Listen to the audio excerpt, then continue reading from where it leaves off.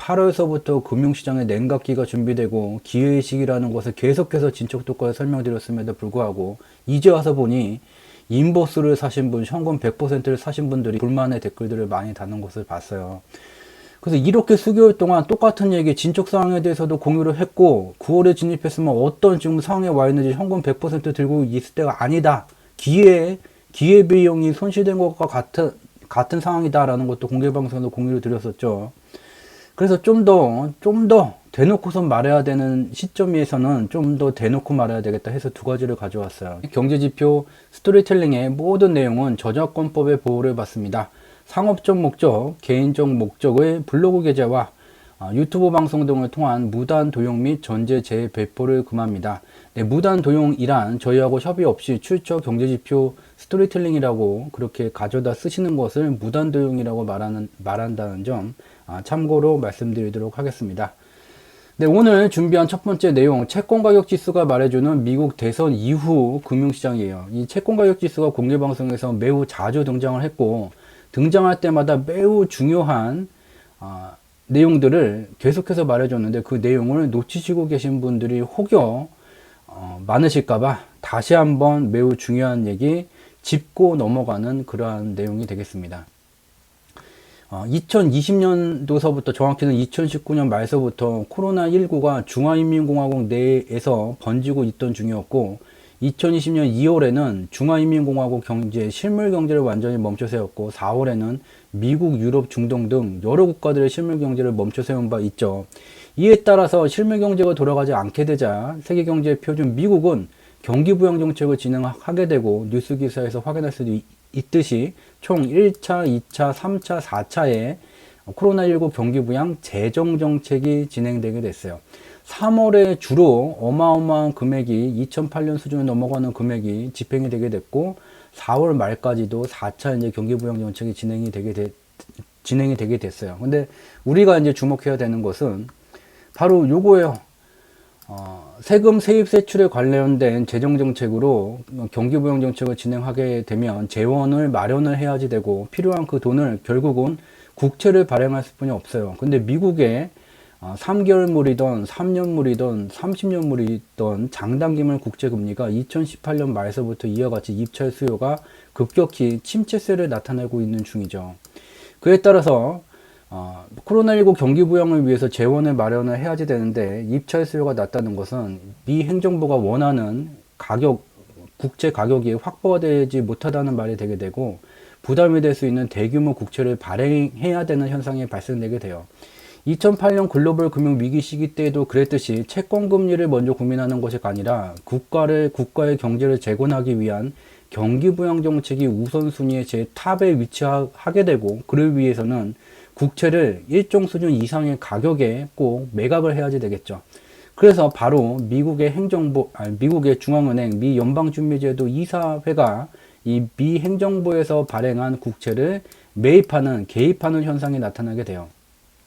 근데 2020년 코로나19 경기부양 정책이 진행되던 이 시기에도 동일한 현상이 발생되게 됩니다. 먼저 여기에 파란 선으로 나타낸 게 미국의 역환매 조건부 채권이에요. 즉 미국의 중앙은행이 미 행정부에서 발행한 채권을 매입을 했다가 계속 보유하는 것이 아니라 일정 기간이 경과되게 되면 만기가 도래하게 되면 시장에다가 되팔겠다는 것을 전제로 매입하는 채권 상품은 역환매 조건부 채권이라는 좀 어려운 말로 표현이 되게 돼요. 즉 중앙은행이 사기는 사는데 일정 기간이 지나면 시장에다가 도로 팔을 거야. 그러니까 완연한 시장에 개입하는, 시장을 왜곡시키는 현상은 아니라는 거예요.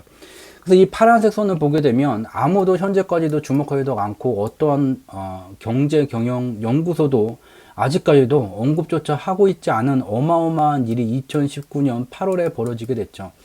미국의 중앙은행은 국내 언론을 통해서 자기네들이 발표한 바로는 2019년 4월에 우리가 대규모 보유자산 매각을 종료할 거라는 것을 발표를 했죠.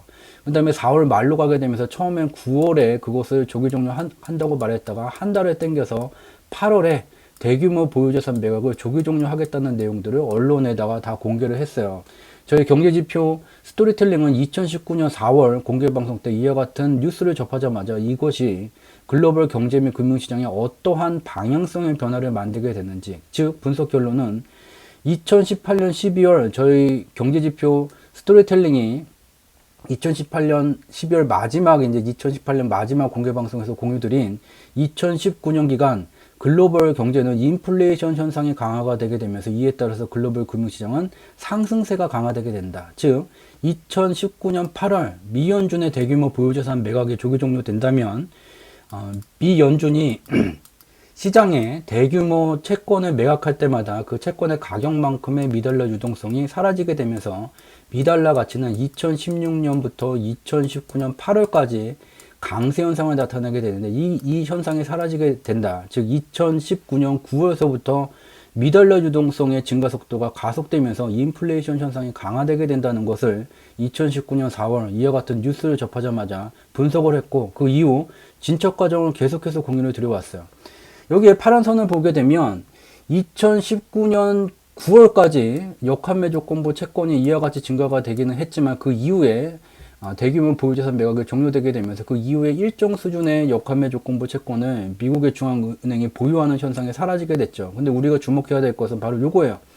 코로나 때문에 다시 미국 행정부가 1, 2, 3, 4차 경기부양 정책을 진행을 해야 되는데 국채에 대한 입찰 수요가 바닥을 기고 있기 때문에 원하는 가격의 국채를 매각할 수가 없죠. 그래서 미 연준이 개입하게 돼요. 개입하면 뭐가 늘어난다? 파란 선이 올라가게 된다. 3월서부터 4월 1일까지 다시 미 연준이 보유하는 역환매 조건부 채권이 늘어났다가 그 이후에는 다시 안정 수준으로 매각하면서 낮아지게 되면서 8월 이후의 수준을 일정 수준을 계속해서 유지시켜주고 있는 거예요. 이 데이터가 2020년 9월 9일까지고 우리가 주목해야 되는 것은 그 이후에 현재까지 어떻게 됐나, 이게 매우 궁금하게 되죠. 2020년 11월 4일까지 데이터를 보게 되면 1, 2, 3, 4차 경기부양정책이 미국의 경기부양정책이 진행된 이후에 현재까지 5차 경기부양정책이 집행이 지연되게 되면서 그 이후에 미 연준이 채권 매입에 개입한 흔적이 전혀 존재하지를 않아요. 채권 가격을 중앙은행의 매입이 진행되게 되면 입찰 수요가 바닥을 김에도 불구하고 채권 가격은 일정 수준을 유지하는 현상이 나타나게 되죠. 즉 어떤 현상이 나타나게 됐냐면 앞서서 살펴봤었던 미 연준의 역환매 조건부 채권이 이와 같이 치솟는 이 시기에 미국의 채권 가격 지수가 고공권에 위치하고 있다가 이 박스를 뚫게 됐죠. 근데 제가 여기까지 이제 급등이 나타나게 된 것은 여기에 추가적으로 이제 변동성을 만드는 투기 자본이 들어가게 되면서 미 연준에 의해서 만들어진 채권 가격이 일정한 수준을 유지하는 고공 현상이 더 강화가 돼 버린 거죠. 현재 보게 되면 채권 가격, 즉 여기서 주목해야 되는 것은 이와 같이 2020년 3월에 주식시장과 주요한 금융상품은 폭락이 나타나게 됐지만 이 시기에 채권 가격은 급등 현상이 나타나게 됐다.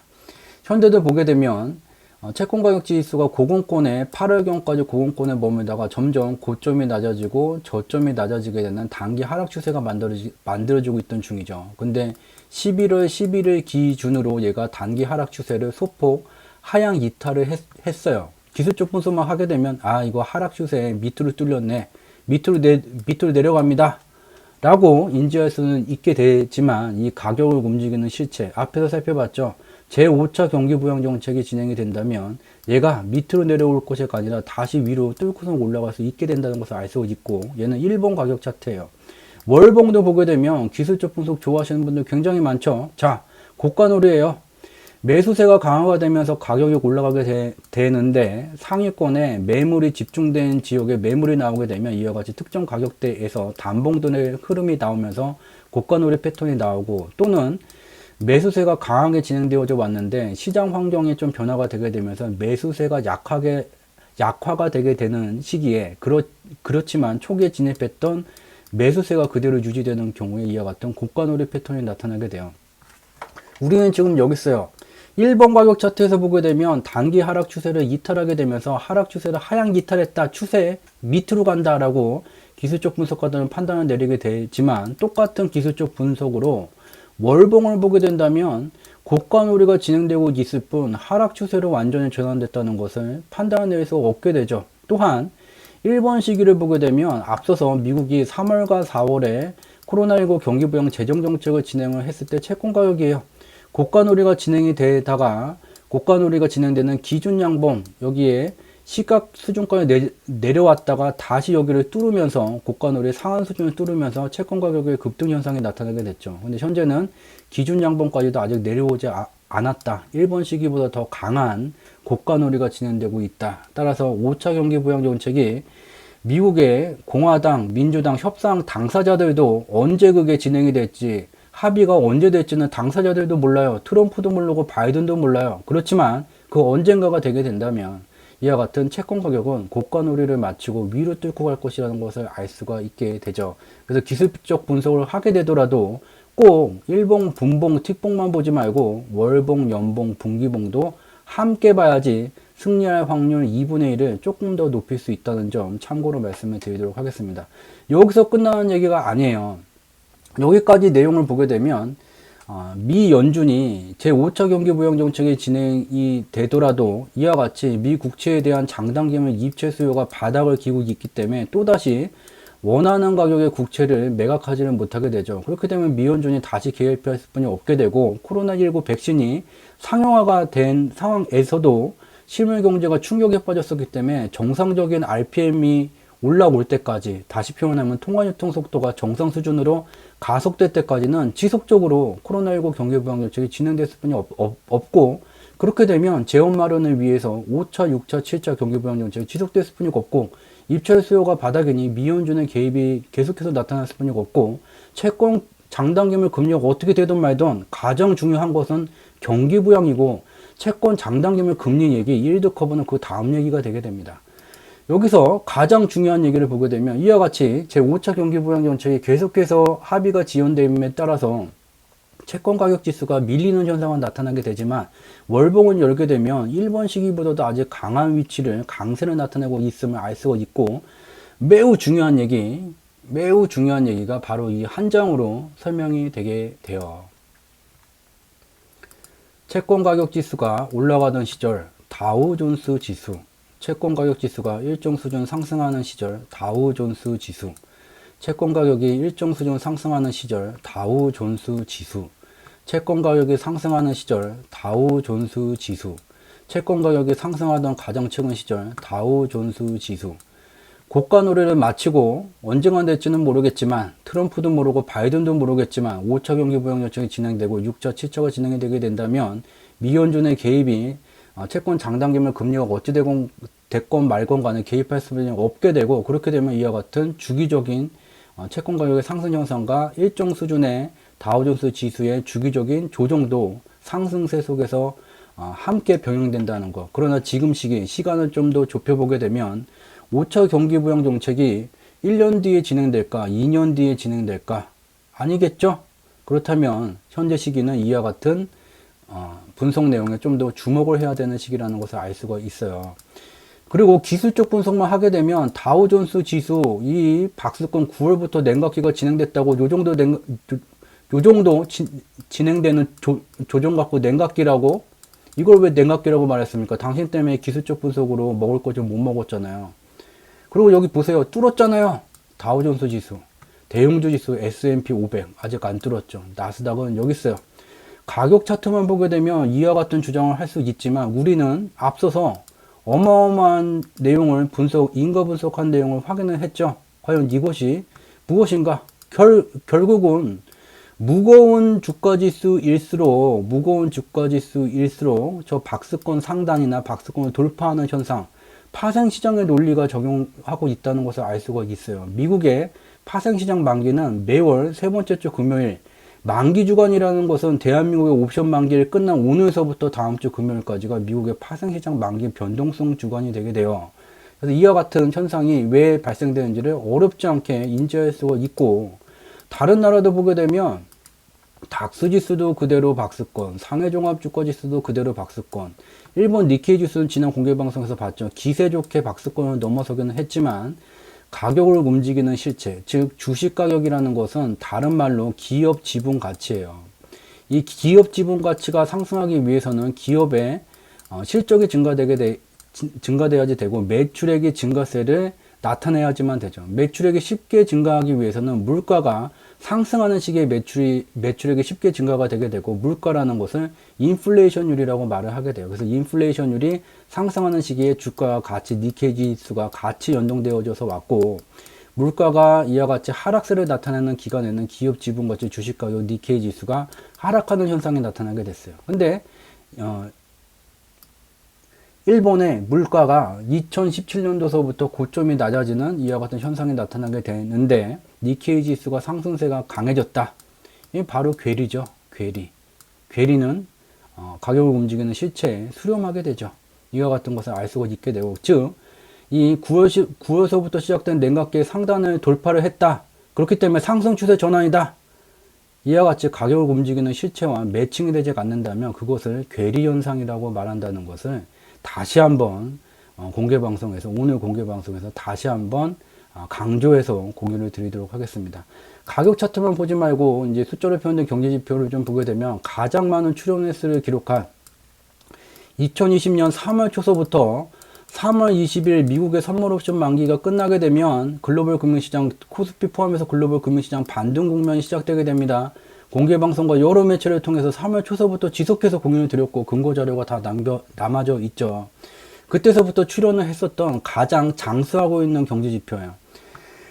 이 글로벌 옵션 지수 지표를 조회할 수 있다는 것만으로 마치 대단한 것을 하는 것 같은 착각을 하시는 분들이 굉장히 많으세요. 글로벌 옵션 지수를 조회를 하게 되면요, 구분할 수도 없는 수많은 선만 그냥 이렇게 나타나게 돼요. 여기에 보이는 파란색 선, 빨간색 선, 녹색 선, 그리고 저희가 설명드리는 그 분석 내용들은 어디에도 레퍼런스가 없는 저희 경제지표 스토리텔링만의 특화된 그 분석 방법이에요. 그렇기 때문에 이 내용을 가져다가 다른 그림을 통해서 결론만 말하게 되더라도 경제지표 스토리텔링의 분석 내용이라는 것을 근거 영상 자료를 통해서 유추할 수가 있게 됩니다.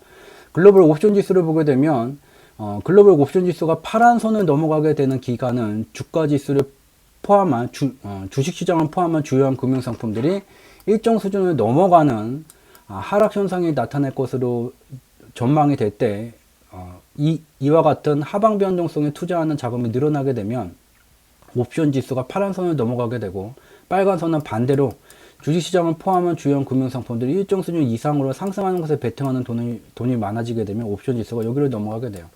글로벌 금융시장이 2020년 3월에 폭락이 나온 것만을 기억하시는 분들이 굉장히 많죠. 그렇지만 이와 같은 하방 변동성이 격하게 나타났다는 것은 분명히 반대의 상방 변동성이 나타났기 때문에 하방으로 포지션을 바꿔서 마진을 키운 거라는 걸 알 수가 있죠. 2019년 10월 말서부터 2020년 2월 초까지 이와 같은 오버슈팅 현상이 나타나게 됐고, 일정 기간 과도한 상승 형상으로 변동성을 만들게 되면 학습 효과가 쌓이게 돼요. 조정이 나오면 다시 가더라. 대부분의 투자자들이 여기에 뛰어들게 되고, 자신의 돈을 들여서 변동성을 만들고 있는 사람들의 마진은 점점 줄어들게 돼서 포지션을 바꾸게 되게 돼요. 이게 바로 파생시장이 만드는 변동성의 원리예요. 돈이에요. 결국은.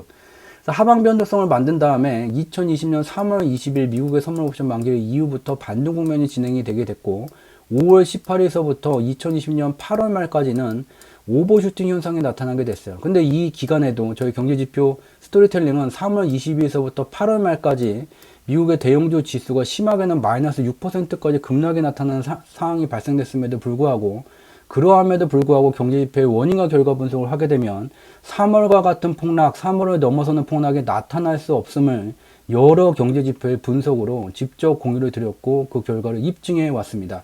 이와 같이 오버슈팅을 나타내고 있는 상황임에도 불구하고 가격 차트, 일본 가격 차트만 분석하는 기술적 분석과 인간 지표들이 이제 공개방송에 난입을 해서 아니다, 3월과 같은 폭락이 나온다, 100% 현금화를 해야 된다라고 주장하는 분들이 있었죠.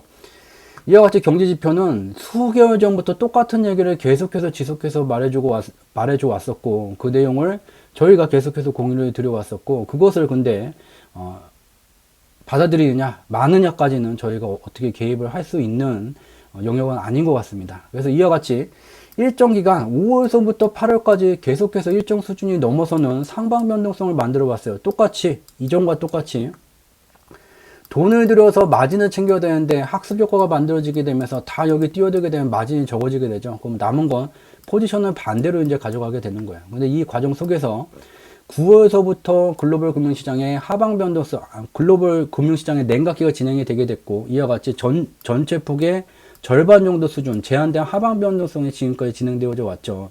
그래서 2020년 8월 공개방송서부터 글로벌 금융시장은 코스피가 3천 가는 곳을 노려할 때가 아니라 냉각기가 준비되고 있다. 다가오는 냉각기는 9월에 시작이 되게 됐고, 이와 같은 냉각기, 조정이라고 겁먹을 시기가 아닌 또 다른 3월 이후에 기회의 시기가 되게 된다. 9월에 냉각기 때 조정이 시작됐을 때 기회를 만들어야 된다는 것을 공유드려 왔어요. 그럼에도 불구하고 조정이라는 얘기가 나오게 되면 학습이 굉장히 잘 되신 분들은 조정, 공포, 그리고 리스크 관리, 현금 100%, 그리고 공포지수, 인버스 지수 사야지. 기회의 시기라고 계속해서 공유를 드려왔음에도 불구하고 반대의 의사결정을 내리신 분들이 굉장히 많으신 것 같아요. 그리고 현재 냉각기가 없었다. 끝났다. 11일 기준으로 가장 많은 출현 횟수를 기록한 옵션 지수는 우리에게 변함없는 얘기를 말해주고 있습니다. 이 시각적을 보고 또 받아들이거나 받아들이지 않거나 그것은 본인의 의사결정이 되어 그렇기 때문에 그 부분까지는 저희가 어떻게 이제 할 수 있는 부분이 아니라는 것. 그렇지만 반드시 이 영상 자료를 근거 자료로 남겨두겠다는 점은 강조해서 말씀을 드리도록 하겠습니다. 이와 같은 상황에 와 있어요. 그리고 그러면 이것을 이제 카피 앤 페이스트 가져다가 사용하시는 분들이 있다는 제보를 많이 받았죠. 그런 분들은 여기다가 기술적 분석을 같이 섞어서 써야지 얘만 보면 되냐 이렇게 말을 하게 돼요. 여기에 변동성이 남았지. 3월과 같은 폭락, 3월을 넘어서는 폭락, 인버스 지수를 사이에 또 주장하시는 분들이 있죠. 그래서 3월 20일 이후서부터 계속해서 공유드린 여러 경제지표 중에 눈에 매우 익숙한 얘도 출연을 많이 했죠. 상대 강도 지수예요. 얘가 역사적 하한 수준이 이렇게 형성이 됐어요. 1번과 2번에. 그때 다우존스 지수가 이와 같은 위치에 와 있었고, 그 뒤에 이와 같은 흐름이 진행이 되게 됐죠. 2020년 3월에는 이 상대 강도 지수가 여기 있었어요. 지금은 여기 있어요. 역사적 하한 수준을 하회를 했다가 지금 겨우 역사적 하한 수준을 회복했죠. 그런데 다우존스 지수는 이 정도까지 뿐이 안 올라왔어요. 그럼 남아있는 기간, 얘가 어떻게 될 것이라는 거는 알 수가 있지만, 이와 같은 추세로 가는 속에서도 흔들림이 만들어지게 돼요. 기술적 분석가들, 초급분들 굉장히 좀 헷갈려 하시는 부분이 있죠. 상승 추세. 오늘도 상승해, 내일도 상승해, 내일 모레도 상승해. 하루도 빠짐없이 상승하는 게 상승 추세인가? 추세라는 것은 변동성이 누적되게 되면 일정한 방향성을 나타나게 되고, 방향성의 상방이더라도 변동성은 출렁출렁 하회도 하고 못 미치고 이와 같은 변동성이 1개월과 3개월마다 계속 만들어지게 되고, 이것을 누적했을 때 방향성을 추세라고 말하게 되게 돼요. 그래서 상승 추세라면서 왜 조정이 나왔습니까? 기술적 분석 초급도 되지 않는 그런 문의가 된다는 점을 좀 이제 대놓고 말을 해야 되겠어요. 여기까지가 오늘 준비한 일부 내용이 되게 되고, 핵심 요약을 하게 되면 채권가격 지수는 그동안에 공개방송에서 수없이 많이 출연해 왔었고 많은 것을 말해줘 왔었다. 오늘은 좀 더 그 함축적인 그림이 여기에 펼쳐져 있다. 이러한 상황에 와 있다.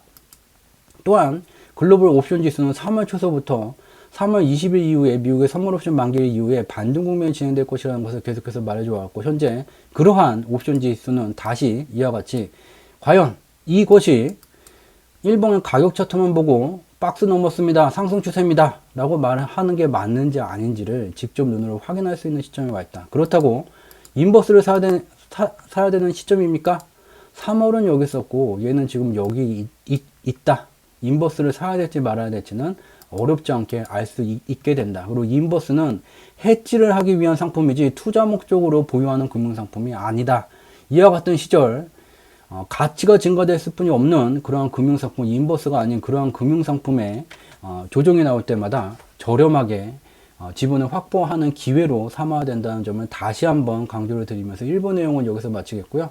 공개방송이 화요일, 목요일 밤에만 진행을 하게 돼요. 그래서 이제 월, 화, 수, 목 중에는 이와 같은 네이버에다가 이제 경제지표 스토리텔링이라고 검색어를 치시게 되면 블로그에 이와 같은 클릭을 하게 되면 저희가 운영하는 블로그 경제지표 스토리텔링 우리가 사는 세상 바로보기라는 블로그가 나오게 돼요. 그래서 매일 2개 정도씩 그날 이제 분석한 내용을 올려드리게 되고 블로그에는 매우 단편적인 얘기만 좀 분석한 내용을 공유를 하게 되고요. 여기에 이제 연관 검색어에 보게 되면 주 상지라고 여기 조회가 돼요. 조회수가 좀 이제 많아져갖고 연관 검색이 되고요. 여기에 이제 주 상지를 클릭을 하게 되면 여기에 세 번째 거 얘를 이제 클릭을 하게 되면 저희가 운영하는 카페 주상지 주가를 상승시키는 경제지표 카페가 연결이 되게 되고 여기에 올리는 시황은 블로그에 공유된 것보다 좀 더 심층 분석, 인덱스 리뷰가 된 내용이 올라오게 돼요. 그래서 이와 같은 블로그 내용을 통해서 블로그와 카페를 통해서 매일마다 그 분석된 내용을 참고를 하실 수 있는 자료를 제공드리고 있다는 점 참고로 말씀드리도록 하겠습니다. 매번 늦은 시간까지 저희 경제지표 스토리텔링에서 진행하는 공개방송 밤을 잊은 그대에 함께 참여해 주셔서 진심으로 감사드리도록 하겠습니다. 저는 이만 물러가도록 하겠습니다. 늘 양질의 컨텐츠를 만들기 위해서 지독, 중독, 고독의 3독의 정진이 지속될 것이고 여러분들의 3독의 정진의 마지막 단계 구독이 발생될 때까지 지속적으로 겸허한 마음으로 3독의 정진 지속하도록 하겠습니다. 늦은 시간까지 함께 참여해 주셔서 진심으로 감사드리도록 하겠습니다. 고맙습니다.